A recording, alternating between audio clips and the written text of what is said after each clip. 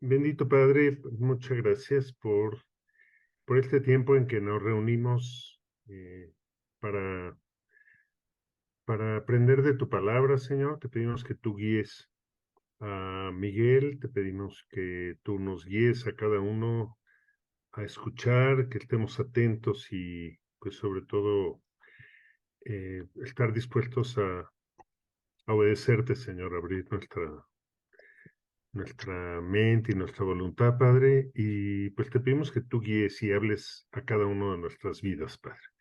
Te pedimos que también tú pues guías a todas las personas ahorita, los hermanos que se van a unir a esta reunión y pues tú guía todo, que no hayan problemas tecnológicos, Padre. Muchas gracias por tu amor, en el nombre de Jesús. Amén. Amén. Y mira, pues, todo esto que estamos nosotros viendo, ahora sí que es pura doctrina.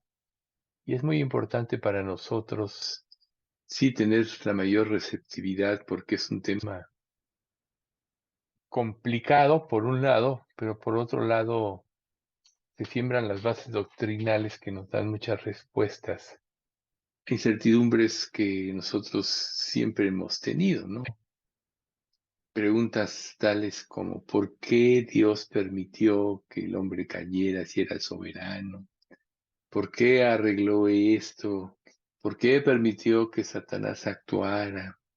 Y bueno, eso es prácticamente lo que estamos viendo. Empezamos sembrando todos los antecedentes en Génesis y seguiremos eh, trabajando con este libro, pero lo importante, y es lo que vimos al fin del estudio de la vez pasada, es que Dios no se hubiera manifestado si no hubiera venido la caída del hombre, no se hubieran manifestado sus atributos si no se hubiera, no, si el hombre no hubiera caído y se hubiera dado a conocer Dios en su misericordia. El amor incondicional de Dios fue manifestado a los hombres que no cumplían las condiciones para recibirlo. Y todo eso por pura gracia. La misericordia solo puede ser manifestada a hombres que merecen condenación. Una persona que es justa, que no merece condenación, ¿por qué iba Dios a darle misericordia? Pero pues todos esos son parte de los atributos que se dieron debido a la caída del hombre. Y la gracia de Dios no hubiera sido concebida a hombres que no han hecho nada para ser dignos de ella. Recuerden, por gracia sois salvos por medio de la fe y esto no de nosotros, pues es un don de Dios, no por obras. Aquí, en el caso de lo que estamos diciendo, obras. Las obras perfectas de los hombres no hubieran necesitado de la gracia de Dios, pero la gracia se manifestó gracias a la caída del hombre. Recuerden ustedes que la caída de Adán, ahorita lo vamos a reafirmar, pero que Adán representaba a toda la humanidad. Y Adán era el hombre como ser humano fuera de Cristo más inteligente, sin pecado, con una relación con Dios. O sea, si tú dices, no, a lo mejor si yo hubiera estado en lugar de Adán, no, seguramente yo hubiera pasado, no es cierto. Menos ninguno de nosotros que Adán, porque Adán no había pecado hasta entonces, ¿sí? Entonces, bueno, ya que él pecó, el hombre caído, eh, no exime, o sea, la tentación, ceder a ella, a la mujer, no exime la responsabilidad de los actos que hicieron. El hombre es responsable, aunque Dios en su soberanía está por sobre la voluntad humana y todos los planes se van a cumplir de acuerdo a la voluntad soberana de Dios y lo que Él preparó de antes de la fundación del mundo, aún en un sentido Dios a Cristo lo sacrificó desde antes que Él creara todo. ¿Por qué? Dios quería ir más allá de una relación de criatura y, y creador. Entonces, eh, para los hombres caídos, la misericordia, la gracia, solo se pueden revelar a través de que el hombre cayó y que Dios la la mostró. Pero además es un testimonio, como vamos a ver, que fue el último pasaje que vimos la vez pasada, al mundo, que dice Efesios 2:7 y 3:10, para mostrar en los siglos venideros las abundantes riquezas de su gracia en su bondad para con nosotros en Cristo Jesús, para que la multiforme sabiduría de Dios sea ahora dada a conocer por medio de la Iglesia a los principados y potestades en los lugares celestiales. O sea, ¿quiénes se imaginan que son estos? Ángeles y ángeles caídos y demonios, ¿sí? Recuerden, no tenemos Efesios 4:6-12, no tenemos lucha contra sangre y carne, sino contra principados, contra potestades, contra los gobernadores de las tinieblas de este siglo, contra huestes espirituales de maldad en las regiones celestes. O sea, todo esto se está manifestando precisamente a través de la gracia, de la misericordia y de los mismos atributos de Dios. Entonces, ¿cuál es el propósito? Por ejemplo, Romanos 10:4. Porque perdón, porque el fin de la ley es Cristo, para justicia a todo aquel que cree. O sea, la ley nos lleva a Cristo. La caída del hombre nos lleva a Cristo. Entonces podríamos decir, la revelación plena de las glorias de Cristo es lo que vamos a ver ahorita. Entonces, la obra más grande de Dios es la muerte y resurrección del Hijo de Dios para salvación de su pueblo. No hay cosa más grande, ni la creación, ni nada. Este es el acto más grande que Dios ha hecho. Y recuerden que la conversión de un hombre es más milagrosa que toda la creación del mundo. Eso es algo también muy importante. Aquí, por ejemplo, lo triste es que nosotros, por falta de profundidad, por falta de conocimiento, por falta de entrega, por vivir en superficialidad, no vayamos creciendo progresivamente. ¿Recuerdan ustedes cómo en Hebreos capítulo 6, 6 dice que nosotros debiendo ya ser maestros de la ley, todavía actuamos como niños? ¿Por qué? Porque no crecimos, ¿no?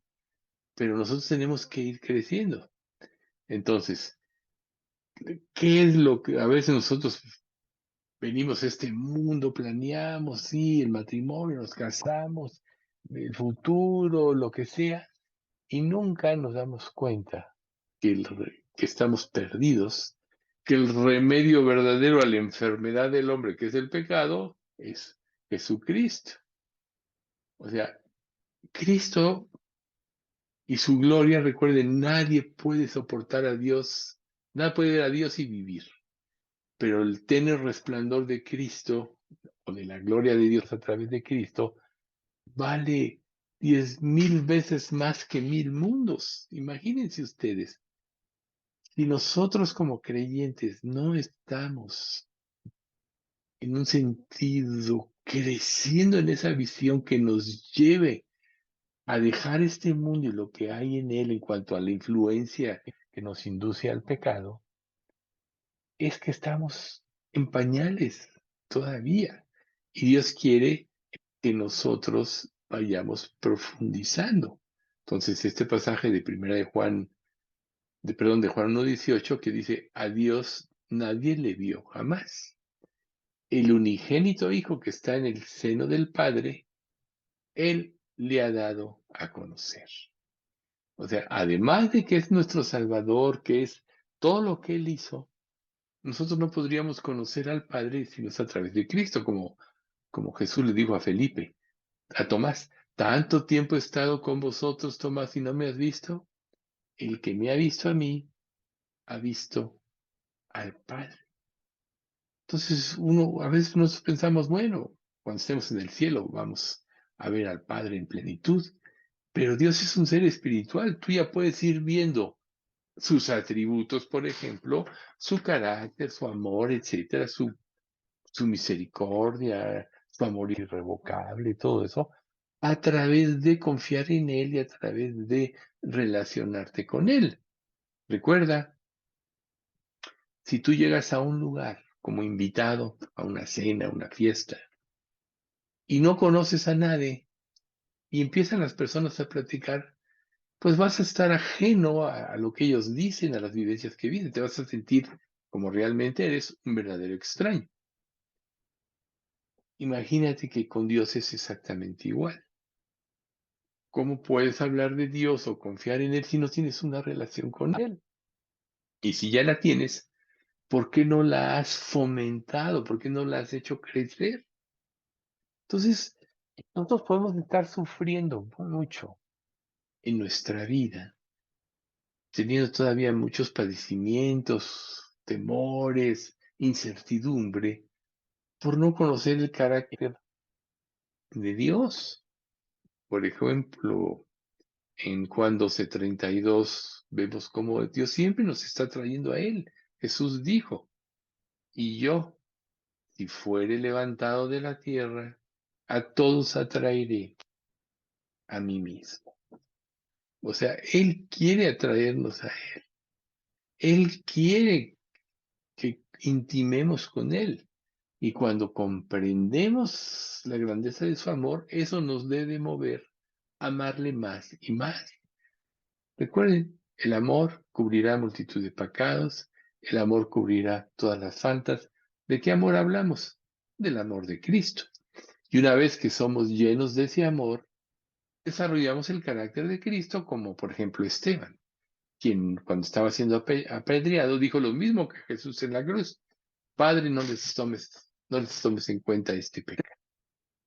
Pero nosotros, la verdad, si no va creciendo nuestro amor, es que estamos estancados por algo. Y generalmente ese algo es un pecado que no queremos dejar.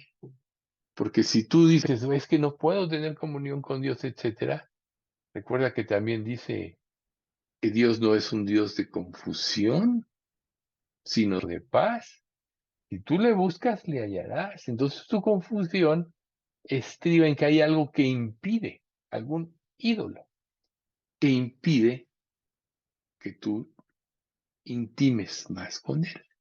Pero cuando un crecimiento va siendo sano, entonces eso nos mueve a amarle. Como dice Primera de Juan 4:10 y 19. En esto consiste el amor. No en que nosotros hayamos amado a Dios, sino que Él nos amó a nosotros y envió a su Hijo en propiciación por nuestros pecados. Y luego el 19. Nosotros le amamos a Él porque Él nos amó primero. O sea, a pesar de todo, Él dio el primer paso. Él es el que nos llama, el del primer paso. Él es el que nos hace entender. De Él, por Él y para Él son todas las cosas, son todas las cosas.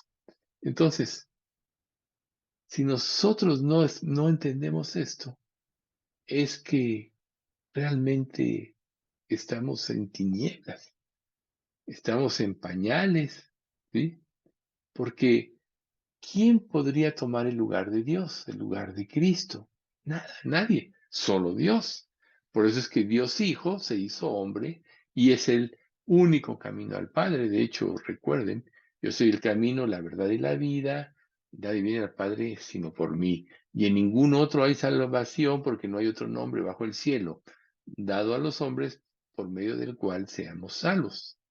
Entonces, solo Cristo puede demostrar, o sea, el Dios hecho hombre, su infinita misericordia hacia la humanidad. Y su sacrificio, su crucifixión, ahora nosotros podemos darnos cuenta que es el tema de cada himno, de cada sermón, de la conversación cristiana o espiritual y del pensamiento. ¿Cuántas veces tú no tienes un problema y dentro de ese problema te acuestas con el problema, pero siempre estás diciendo, Dios ayúdame, Dios guíame, Dios perdóname? Todo eso está en ti. O sea, Cristo debe estar en nuestra mente. Ahora imagínense ustedes qué eficaz se vuelve todo si conocemos la palabra de Dios.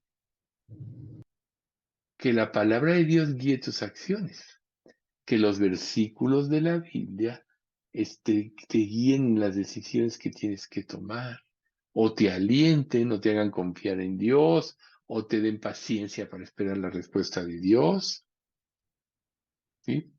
Entonces, eso es lo que hace la palabra y eso es lo que hace, o sea, la palabra tiene todas las promesas de Dios y revela su carácter. El Espíritu Santo que Dios nos da en el momento de la conversión le da vida a la palabra. La palabra vive en nosotros, nos da la certeza del amor de Dios y nos revela la presencia de Cristo en nuestras vidas. Tú dirás, oye, pero es el Espíritu, no es Cristo. Sí, ¿qué dice Romanos 8:9? Mas vosotros no vivís según la carne, sino según el Espíritu. Si es que el Espíritu de Dios mora en vosotros. Y si alguno no tiene el Espíritu de Cristo, no es de él. ¿Se dan cuenta cómo en este puro pasaje de Romanos 8:9 está revelada la Trinidad? Actúa en conjunto.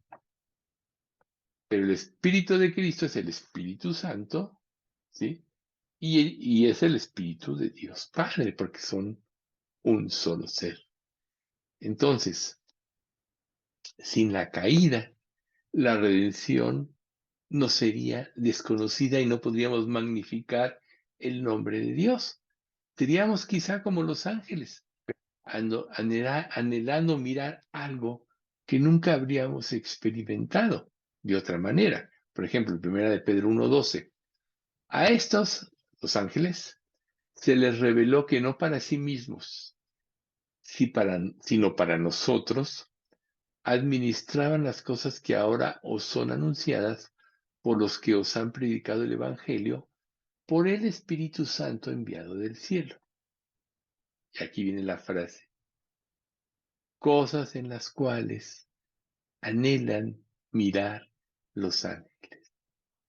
Aunque los ángeles están en la presencia de Dios, en nosotros los ángeles están viendo nueva revelación del carácter de Dios, del amor de Dios. Recuerden que aún nosotros, según dice la Escritura, vamos a juzgar a los ángeles. ¿Por qué?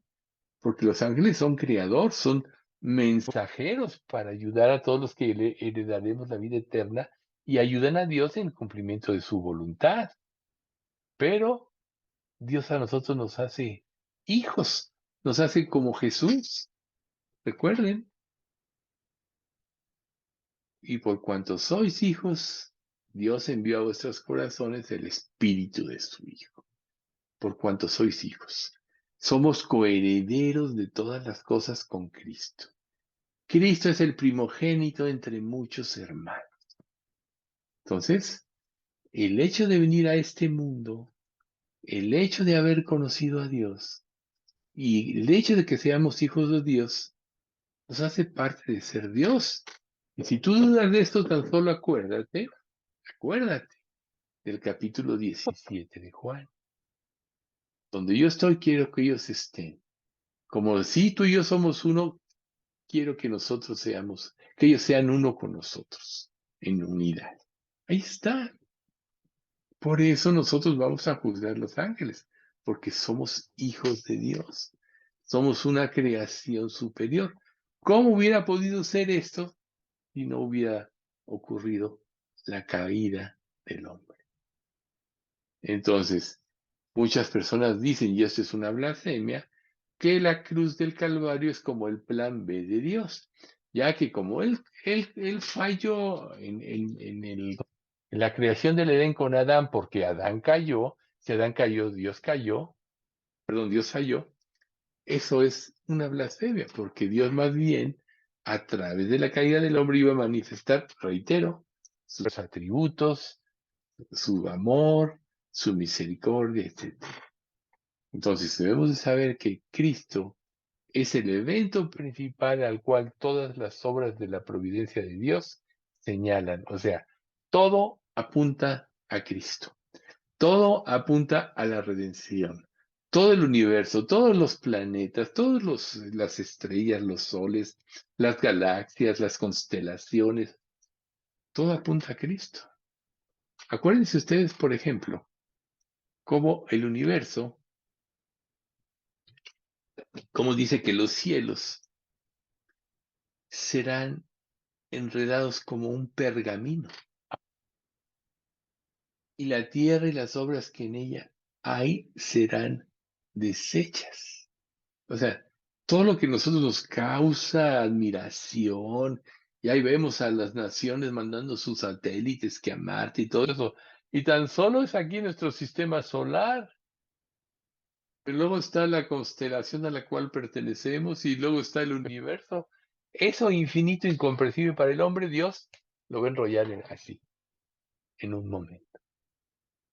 Entonces, el hecho de que Dios nos haga parte de su familia, en verdad es un evento sin igual. Y el hecho de que Cristo haya hecho esto, lo enaltece por sobre todas las cosas. Por eso no se les olvide, reitero. La cruz es el evento principal al cual todas las obras de la providencia de Dios señalan. Ese es el objetivo, manifestar a Cristo. Ese es el objetivo de la caída que Dios permitió, aunque reitero, no se les olvide. Aunque Dios lo permitió y manifiesta su gloria, el hombre es responsable de sus acciones porque tomó esa determinación.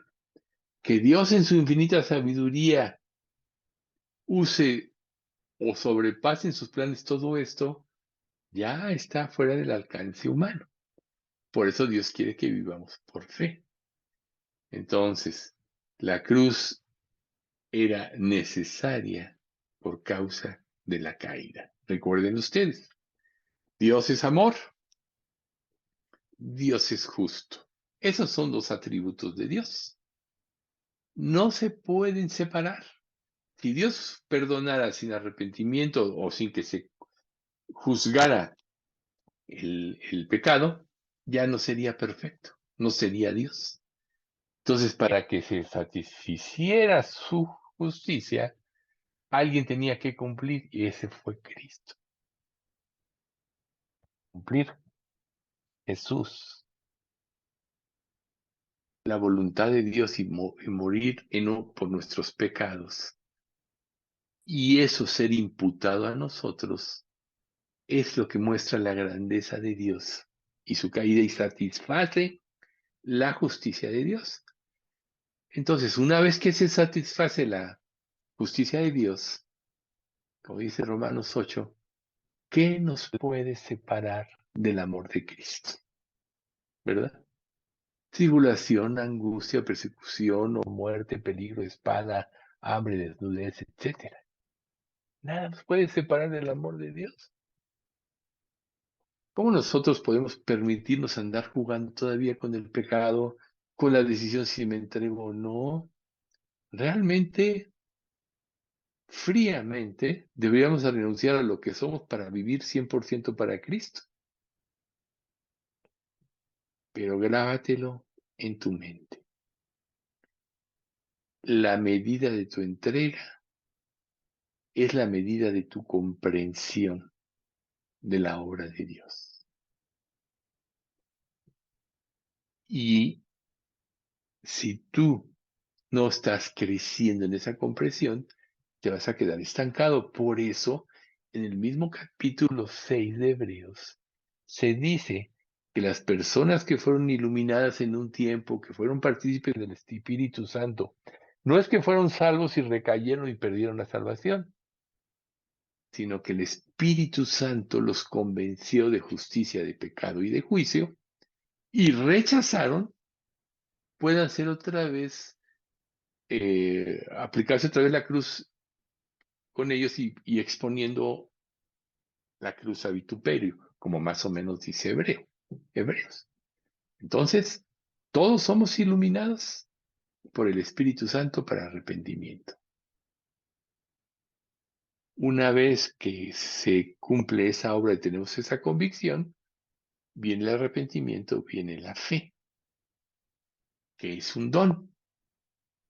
Y una vez que se da eso, se da la salvación. Tenemos que crecer en esto. Si no algo anda mal, o no somos salvos, o no queremos dejar algún pecado. No hay otra razón. O sea, un pecado que representa un ídolo. Recuerden, palabras como estas, por cierto, dije en el mensaje, ahora, hace poco, cuando del velorio de Patti. Ahora, algo muy importante de todo esto es que la palabra de Dios no regresa vacía. Que cuando Dios hace ese trabajo en nosotros, nos da el arrepentimiento y nos da la fe, pues nos da la salvación y no depende de nosotros, depende de Dios. Por eso es que la real razón en el sentido inverso de que la cruz es necesaria es que, o que las personas piensan que, o dicen que Dios se equivocó, no, es que la caída era necesaria para que se manifestasen las glorias de Dios, para que fueran conocidas a través de la cruz de Cristo por quienes ponemos nuestra fe y nuestra confianza en Él. Entonces, ¿cómo podrías tú tener gratitud como Adán si nunca pecaste, nunca supiste lo que era la caída? ¿Cómo podrías tener esa gratitud que te llevara a entregarte y a dar todo por Él? Alguien tiene prendido su celular. ¿Cómo podría ser? La gratitud es evidencia de que entendiste cuál era tu posición y que apelaste a la gracia de Dios inmerecida para ti. Y eso es precisamente lo que nos debe llevar a la entrega, como dice 2 Corintios 5, 14 y 15. El amor de Cristo nos constriñe pensando esto, que si uno murió por todos, luego todos murieron, y por todos murió, para que los que viven ya no vivan para sí, sino para aquel que murió y resucitó por ellos. La pregunta que te tienes que hacer, ¿estás viviendo así? ¿O hay algo que impide que vivas de esto? Y es ahí donde tú tienes que trabajar. No es difícil en el sentido de que la revelación de Cristo y del amor de Dios naturalmente te lleva a esto. Cuando hay un impedimento es que hay un pecado que estorba, reitero. ¿Y por qué insisto mucho en esto? Porque es lo que nos roba la bendición. ¿Cuántas cosas Dios no querría darnos que a lo mejor no nos las ha dado porque nosotros no quisimos entregarnos o no quisimos creer en Él? Recuerden, tan solo a la luz de Efesios 3:20, que dice, y aquel que es poderoso para hacer todas las cosas de una manera mucho más abundantemente de lo que pedimos o entendemos, según el poder que actúa en nosotros. Este versículo te da la respuesta. Confiar en Dios siempre te va a llevar a respuestas más maravillosas, abundantes y completas de lo que jamás te pudiste haber imaginado siquiera. Pero retener tu pecado, retener tu forma de ver las cosas, tu propia forma de autosatisfacción, impide que se revele esto que Dios quiere revelar. Tú puedes estar frenando por tu falta de entrega, que viene por falta de comprensión de estas verdades, la bendición de Dios. Y luego echarle la culpa a Dios, como dice Proverbios, ¿no? La insensatez del hombre tuerce su camino. Y luego contra Jehová se irrita su corazón. En lugar de vivir en gratitud, a lo mejor acabas un día reclamándole. Oye, y recuerde esa frase que ya les he dicho, ¿no? Cuando tú dices, ¿por qué a mí? ¿Por qué yo? ¿Por qué él sí, yo no? Algo anda mal en tu vida. Porque a cada uno de sus hijos, Dios le da lo mejor de lo mejor para que tenga tesoro en el cielo. Y a veces nosotros no lo entendemos. ¿Qué vale más que la fe? Que le da sustancia a todo. que vale más que la entrega, que es la que te da el verdadero gozo de vivir. No hay ningún bien material de este mundo, ni ninguna emoción que sea superior al gozo de vivir para Cristo. Recuerden, el gozo de vivir para Cristo es que vives en armonía con Él y es la felicidad interna que el Espíritu Santo te da en ti por vivir de acuerdo a su voluntad. No hay mejor experiencia en la vida de una persona, de un ser humano, un creyente, que vivir de acuerdo a la voluntad de Dios. Ese gozo supera cualquier satisfactor de este mundo y de esta vida. Pregunta, ¿hace cuánto que no tienes gozo? Ese gozo verdadero. Si es que alguna vez lo has sentido. Si eres creyente, seguramente lo has sentido.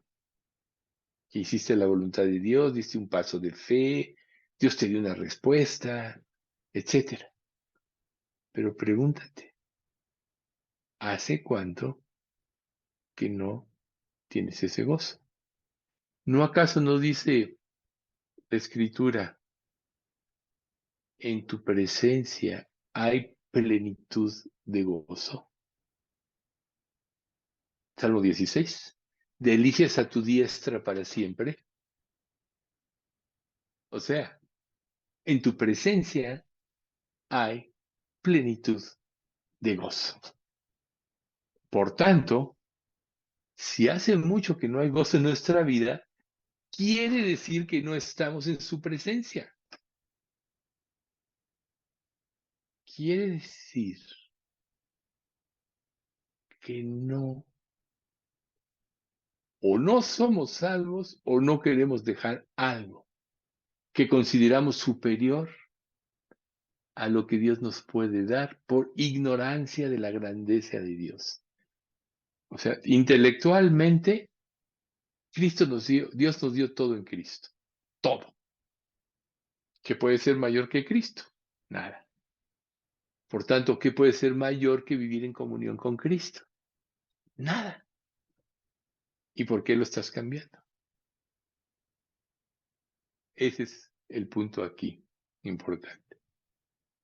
Ahora, Dios necesita del hombre, podríamos decir esta parte, la revelación plena de la dependencia de Dios del hombre. ¿Sí? O sea, Dios no necesita al hombre para ser feliz. Recuerden, Él es completo en sí mismo. Él es libre de necesidad o dependencia. Recuerden, ¿o quién le dio a Él primero? ¿No? En Corintios, capítulo 2, cuando dice después, nosotros tenemos la mente de Cristo. ¿Quién le enseñó a Él? Nadie, porque Él era antes de todas las cosas, siempre ha existido. Y Él en su Trinidad es completo en sí mismo. Por tanto, su existencia, el cumplimiento de su voluntad y su felicidad no depende de nada o nadie fuera de sí mismo.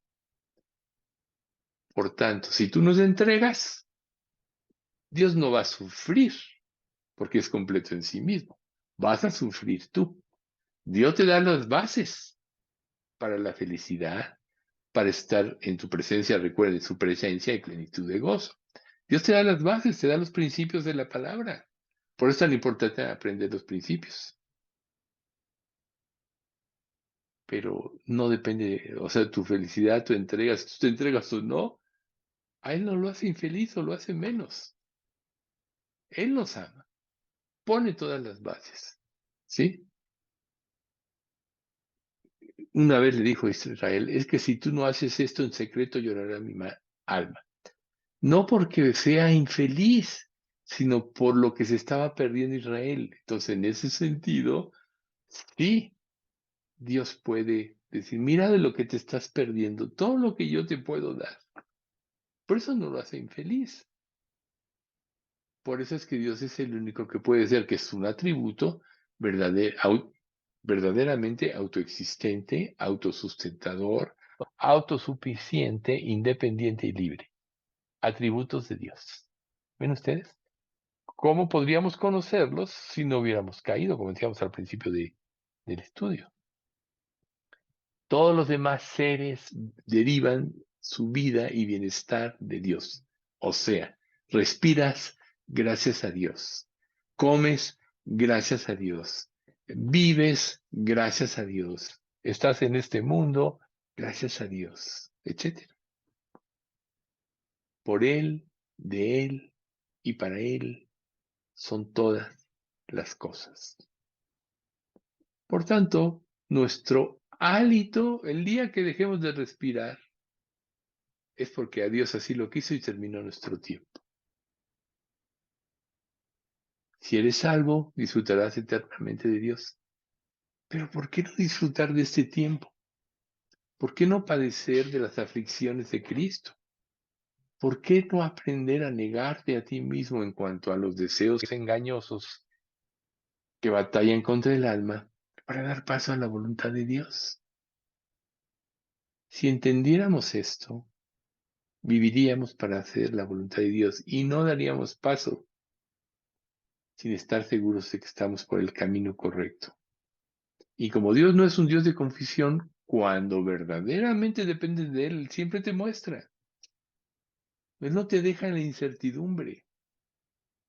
Entonces, es lo que nos podemos estar perdiendo.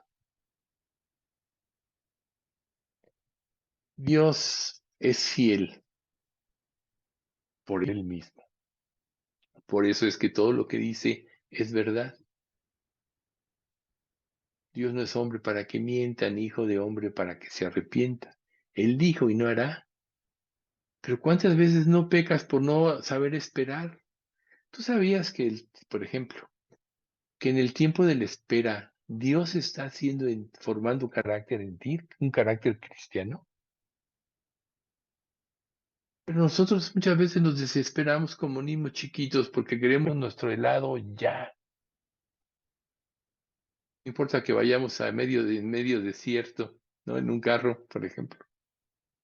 Tu papá te diga, no, no, espérate que lleguemos a un lugar donde lo vendan. No, no, ya lo quiero ya. Bueno, un ejemplo ahí bobo, pero es la realidad. Muchas veces tú dices, yo quiero esto ya. Y si no sabes esperar y lo tomas en tus manos, eso que en un futuro podría ser la bendición de Dios, puede convertirse en la maldición. Porque muchas veces en la espera, y ese es un punto muy importante, Dios nos prepara para poder recibir la bendición y disfrutar de ella. Si es antes de tiempo, no vas a estar preparado espiritualmente. Entonces, una bendición anticipada, que no sería bendición, sino maldición, hace que se eleve tu orgullo, que te vuelvas egoísta, etcétera, etcétera, etcétera. Pero cuando aprendes a depender de Dios, todo lo que sucede, todo sucede menos esto, porque la gratitud va por delante. Yo no lo merecía, pero Dios no me lo dio. Yo le pedí esto, pero Él me dio mucho más de lo que yo pensaba o siquiera pude haber concebido. Y lo que Dios te da lo puedes disfrutar porque sabes que Dios te lo da. Entonces aquí se cumple con claridad Filipenses 4, 6, 7. Por nada estéis afanosos, sino sean vuestras peticiones conocidas delante de Dios en toda oración y ruego con acción de gracia. Primero que nada, ponerlo delante de Dios, tu petición.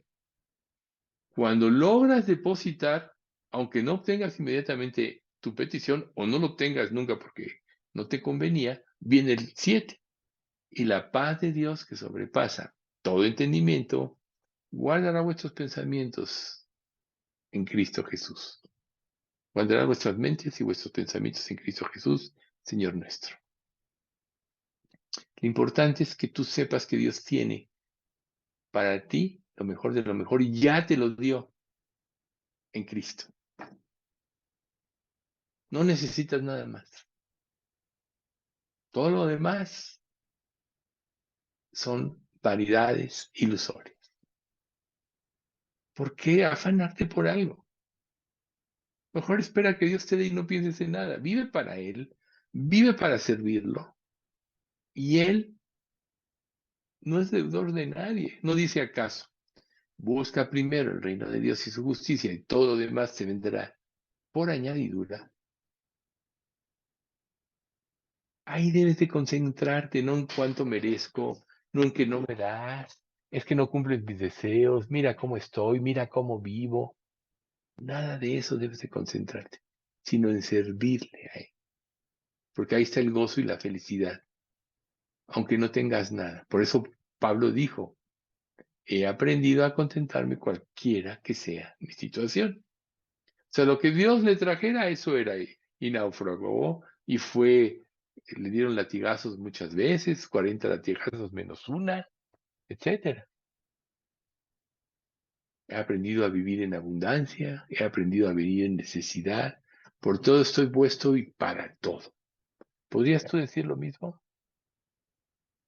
Porque cuando tú en tu mente ideas cosas y Dios no te responde como tú ideaste, va a haber decepción.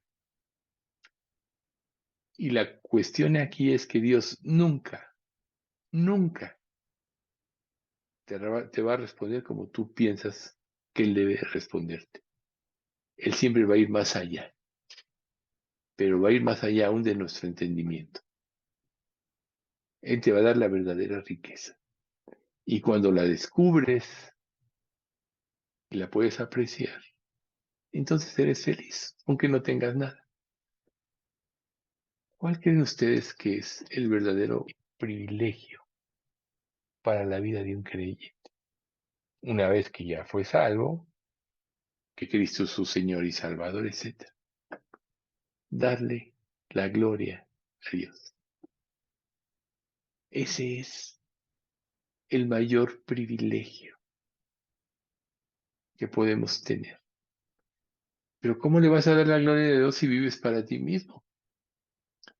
¿Cómo le vas a dar la gloria a Dios si vives luchando, ¿no? Recuerden, el deseo de la carne es contra el espíritu y el del espíritu contra la carne, y estos dos se oponen entre sí para que no hagáis lo que quisierais.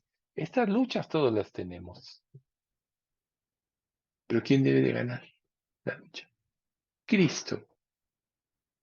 Y muchas veces tendrás, aunque no lo entiendas, tendrás que tomar decisiones por fe. De hecho, recuerden, porque en el Evangelio la justicia de Dios se revela por fe y para fe. Como está escrito, mas el justo por fe vivirá. ¿Por qué el justo, si ya se salvó por fe, tiene que vivir por fe? Porque en este mundo la voluntad de Dios es incomprensible para él. Por tanto, vivir por fe es vivir por lo que él promete. ¿Estás preocupado por tu futuro? Pues busca a Dios primero y todo lo demás te vendrá por añadidura.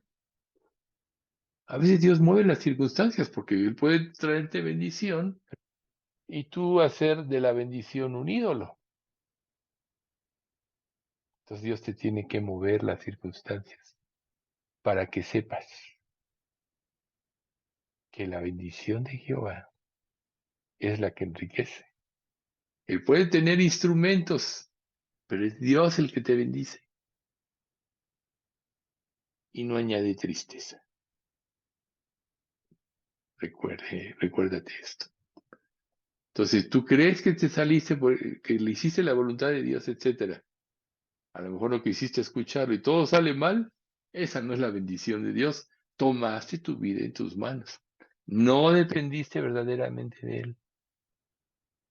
Y vienen las consecuencias. Entonces tú puedes pensar en tu insensatez. Es que no eres justo conmigo, Dios. Mira cómo te he servido y mira cómo me tratas. Dios te podría decir, ¿me has servido verdaderamente? ¿O solo has vivido aún tu cristianismo para satisfacer tu ego? Cuando te halles pensando que eres más entregado que otro creyente, más espiritual que otro creyente, ya está actuando tu ego.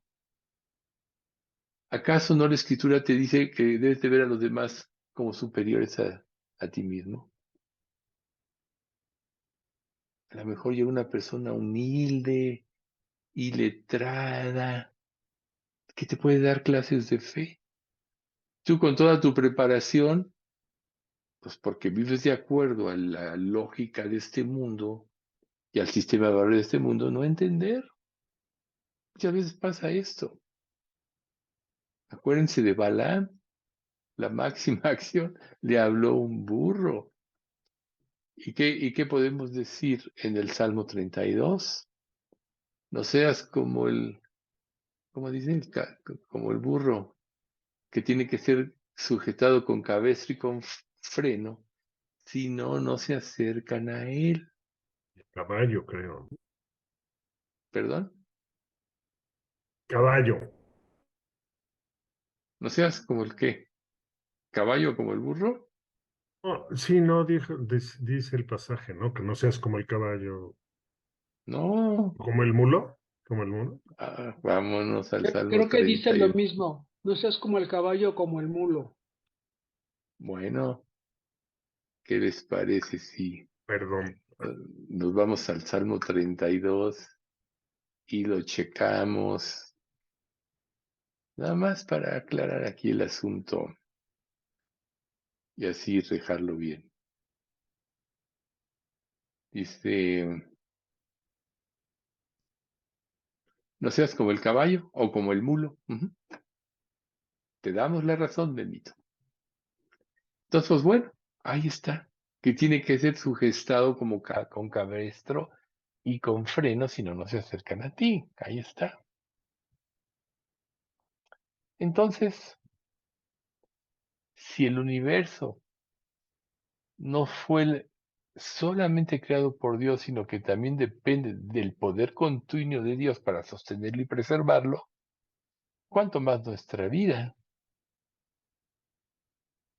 ¿Qué sucedería si Él retirara su poder por un momento del universo, de este mundo? Todo se convertiría en un caos sin destrucción. Y destrucción, imagínense que los linderos del mar, pues ya no hubiera linderos, ¿no? Que el fuego de los volcanes saliera, que la gravedad se perdiera, cosas así, en un momentito, en un instante. Por eso tenemos que nosotros tomar conciencia del gran poder de Dios.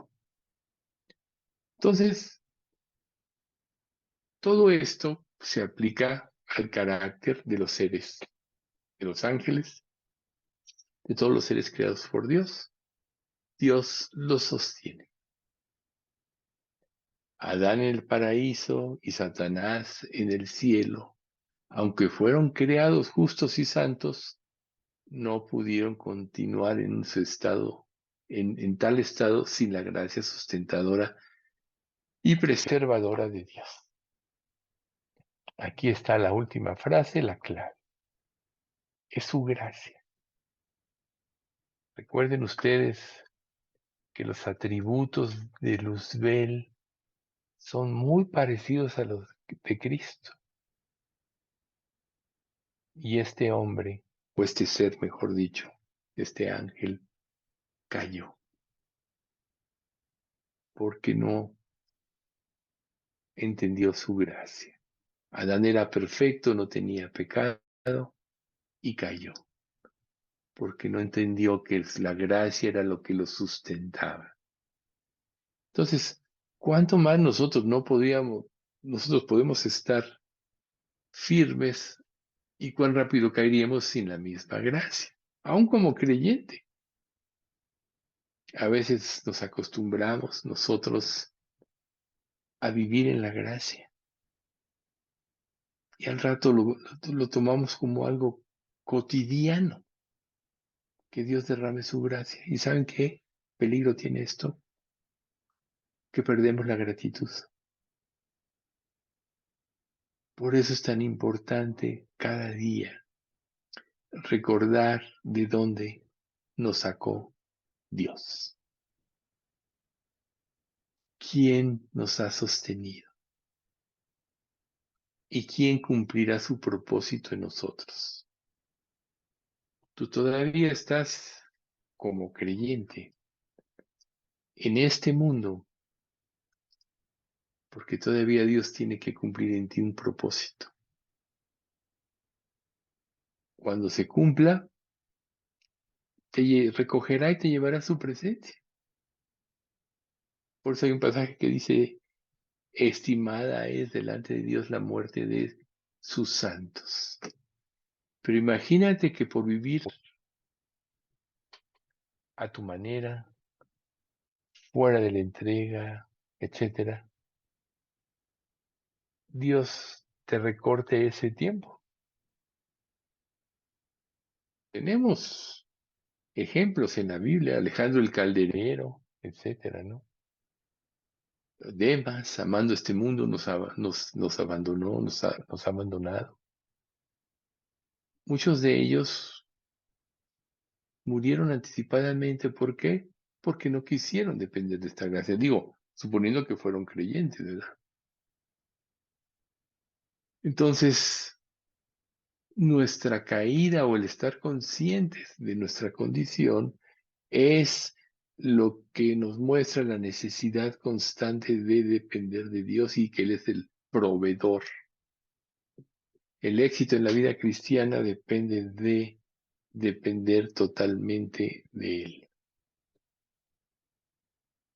Si no, no podríamos continuar existiendo más allá de un respiro, excepto por la providencia de Dios.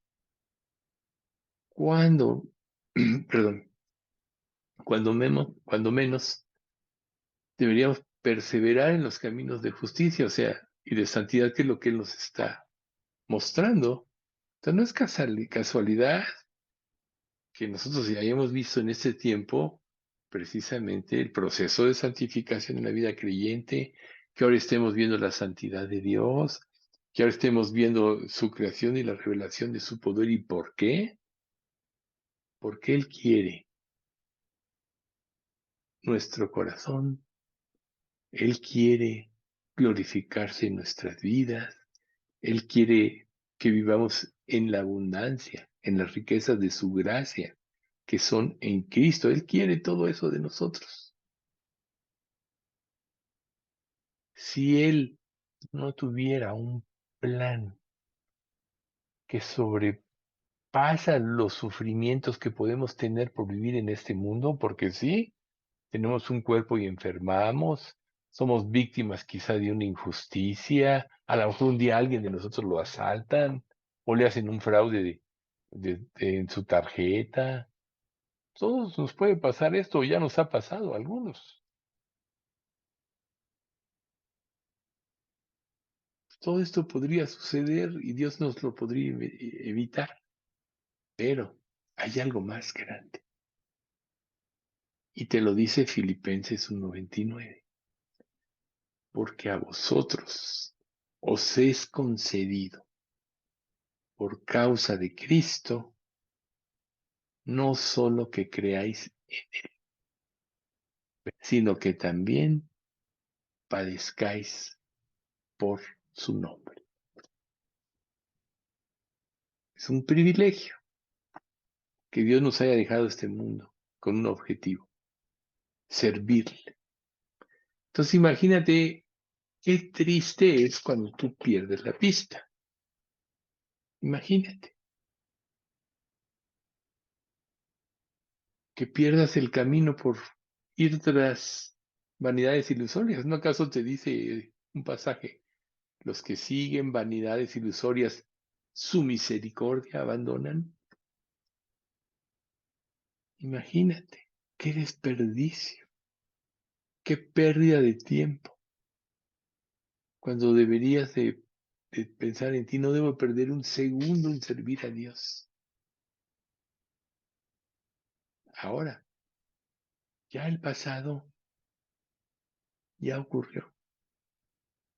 Pero hay pasajes en la Biblia, como este de Hebreo, que dice, perdón, los hebreos: hermanos, yo mismo no pretendo haberlo ya alcanzado, pero una cosa hago, olvidando ciertamente lo que queda atrás y extendiéndome a lo que está delante, prosigo a la meta, al premio del supremo llamamiento de Dios en Cristo Jesús. Señor nuestro. Ahí no perdamos el tiempo en vanidades ilusorias o en falsedad. Consagrémonos verdaderamente. Que la palabra de Cristo more en abundancia en nosotros, etc. Eso es lo que tiene que ser. Tú no necesitas leer muchos tipos de libros, aún de cristianismo. Tú necesitas leer la Biblia, porque si tú te llenas de la palabra de Dios, ahí están las respuestas. Y ahí está la guía de tu propia vida, porque la palabra morando en tu corazón siempre saldrá a flota en cada momento de crisis, en cada decisión, en cada momento de incertidumbre. Gracias a Dios porque podemos estudiar la palabra, como aquí lo hacemos, y que siempre todos lo sustentamos con la misma palabra. Por eso puedes saber eso. Pero ¿sabes qué? Que ahora sí que los primeros rudimentos de la vida cristiana, haz de la Biblia tu libro de libros. Atesórala. Aquí la podemos leer, no está prohibido. En otros países del mundo sí está prohibido. Tenemos recursos adicionales ahora en la actualidad. No desperdicies este tiempo de gracia. ¿Qué sucedería si de repente se diese una persecución y ya prohibieran que leyera la Biblia? Va a suceder, lo dice la Biblia. Ni siquiera vas a poder mentar el nombre de Dios porque te puede costar la vida. ¿Por qué no aprovechar ahorita? En lugar de desperdiciar tu tiempo. Porque si aprovechas ahorita, vas a estar haciendo tesoro en el cielo. Recuerden, Sermón del Monte, no os hagáis tesoros en la tierra, donde la polilla y el orín corrompen, y donde ladrones minan y hurtan, sino haceos tesoros en los cielos, donde ni la polilla ni el orín corrompen, y donde ladrones no minan ni hurtan. Porque donde esté vuestro tesoro, ahí estará también vuestro corazón. ¿Dónde está tu tesoro? ¿Dónde está tu corazón? Vamos a dar gracias. Padre Santo, te queremos alabar y bendecir en esta tarde y alabarte por toda la revelación de tu palabra que nos has dado. Y queremos pedirte que nos enseñes a vivir para ti, Señor. Que nos des la fuerza para consagrar nuestras vidas y nos des, Señor, la convicción de poder menospreciar nuestra vida en este mundo. Sabemos que este mundo está regido por el maligno y sabemos que su influencia está en todos lados donde vamos y venimos y nos movemos.